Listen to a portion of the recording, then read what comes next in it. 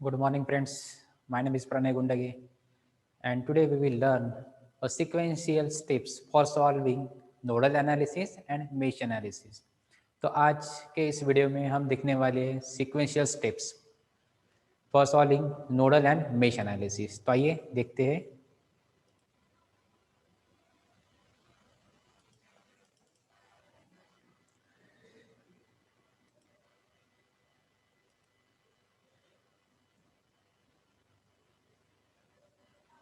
Now nodal analysis and mesh analysis are the part of electrical circuits.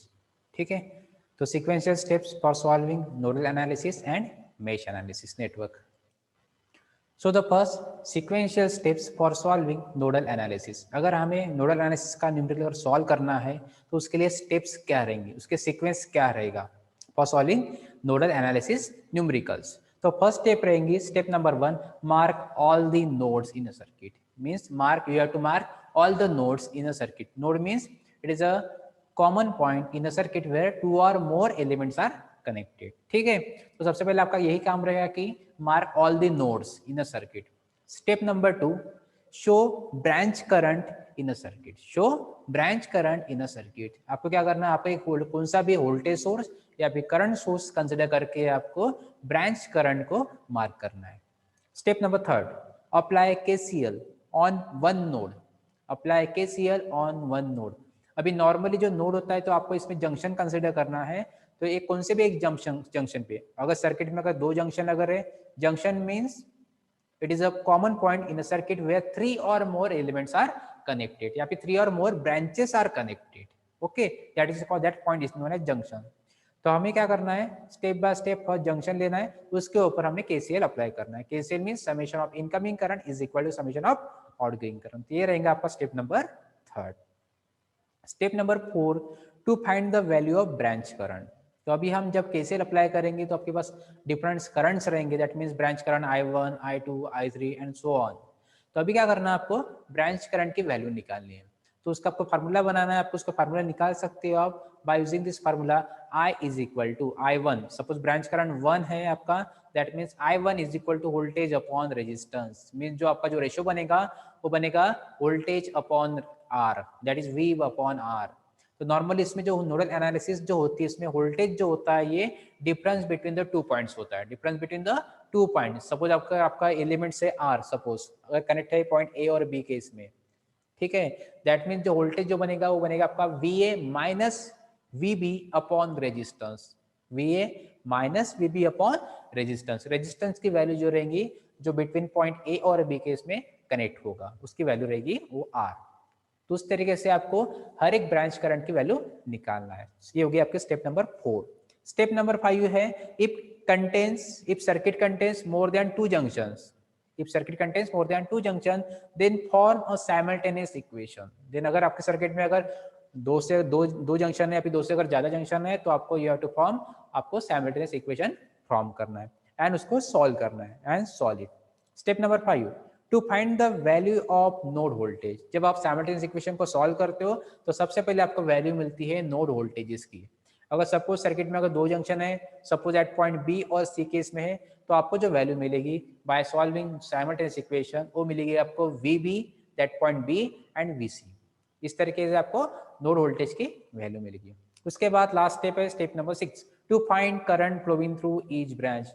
जिस तरीके से आपको क्वेश्चन पूछा जाता है सर के अपने क्वेश्चंस में कि find the current flowing through any element, तो आखिरी में क्या करना है, आपको नोड वोल्टेज की वैल्यू निकालने के बाद आपको ब्रांच करंट की वैल्यू निकालनी है by using same formula, current is equal to voltage upon resistance. तो जब आप करंट को जो फाइंड आउट करोगे ब्रांच करंट को, उस टाइम पे जब आप फार्मूला यूज करेंगे V अपॉन R, तो उसी फार्मूले से आप क्या करोगे, वैल्यू पुट करके आप वोल्टेज की डायरेक्टली आप करंट की वैल्यू निकाल सकते हो. तो ये होती है स्टेप्स नोडल एनालिसिस की.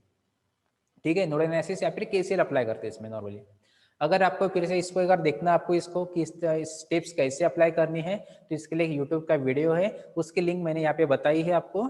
http://youtube.be/nx84VW तो एक मैंने लिंक भेजी है इस सर्किट में.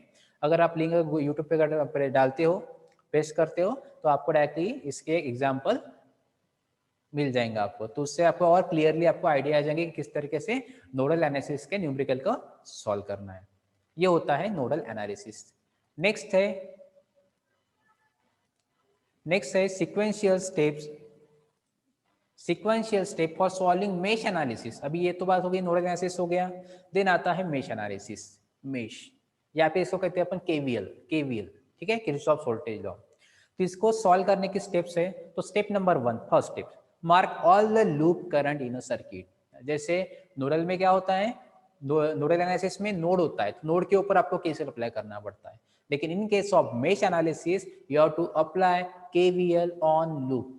इसमें लूप के ऊपर अप्लाई करना पड़ता है। तो लूप यानी क्या होता है, it is a close path in a circuit. Okay, तो स्टेप नंबर 1 यही रहेगा कि आपको कि मार्क करना आपको all the loop current in a circuit. Second point रहेगा mark polarities on every resistor by considering one source.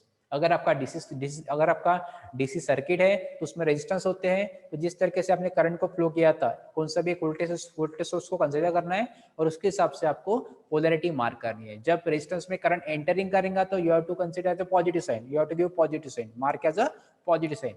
जैसे ही करंट रेजिस्टेंस में एंटर हो रहा है, mark positive sign. Current resistance के बाहर जा रहा है, मार्क निगेटिव साइन। तो प्लस माइनस का आपको कंसेप्ट वहां पे यूज करना है। तो स्टेप नंबर आपकी 2 यही रहेंगी कि mark polarities on every register by considering one source. Step number 3, apply KVL on each loop. Mark polarity mark करने के बाद क्या करना है आपको अप्लाई करना है केवीएल, किरचॉफ्स वोल्टेज लॉ। और किरचॉफ वोल्टेज लॉ क्या होता है, summation of voltages plus summation of voltage drop is equal to 0।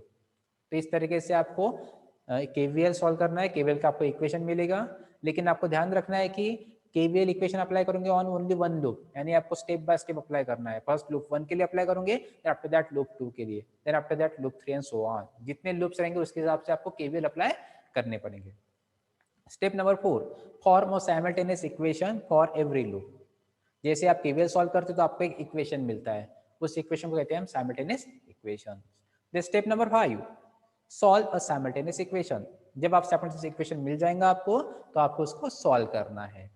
Step number 6, to find loop current. जब आप साइमल्टेनियस इक्वेशन को सॉल्व करते हो तो आपको करंट की वैल्यू मिलती है, और करंट जो रहता है वो लूप करंट रहता है। सपोज अगर वहाँ पे 2 इक्वेशन है, 2 लूप है, तो आपको 2 इक्वेशन मिलेंगे। जब आप 2 इक्वेशन को सॉल्व करेंगे तो आपको लूप करंट I1 और लूप करंट I2 की वैल्यू मिलेगी। Step number 7, to find current flowing through each branch. अभी करंट निकालने के बाद क्या करोगे, जो क्वेश्चन में पूछा जाता है आपको कि find the current flowing through any element, उसके बाद क्या करना है आपको आखिरी में ब्रांच करंट से, उस ब्रांच से आपको करंट फाइंड आउट करना। तो इस तरीके से ये स्टेप्स है, टोटल 7 स्टेप्स है। तो बाय अप्लाइंग 7 स्टेप्स से आप इजीली मेश एनालिसिस का न्यूमेरिकल सॉल्व कर सकते हैं। इसके और वीडियो, इसका स्टेप्स के इस तरीके से अप्लाई करना, इसके और एक वीडियोज है, यूट्यूब वीडियोज है, तो उसके लिंक वहाँ पे शो किए हैं। या फिर अगर आपको पूरी वीडियो कर देखना है मेरे, तो यूट्यूब पे आप डायरेक्टली डालूंगे आप illumination engineering by Pranay sir, illumination engineering by Pranay sir, तो मेरी एक वीडियो ओपन हो जाएंगे। तो उसमें आप जब आप सब्सक्राइब करोगे उसमें आप देखोगे, तो उसमें आपको electrical circuit that means KCL KVL के आपको वीडियोस मिल जाएंगे। Thank you.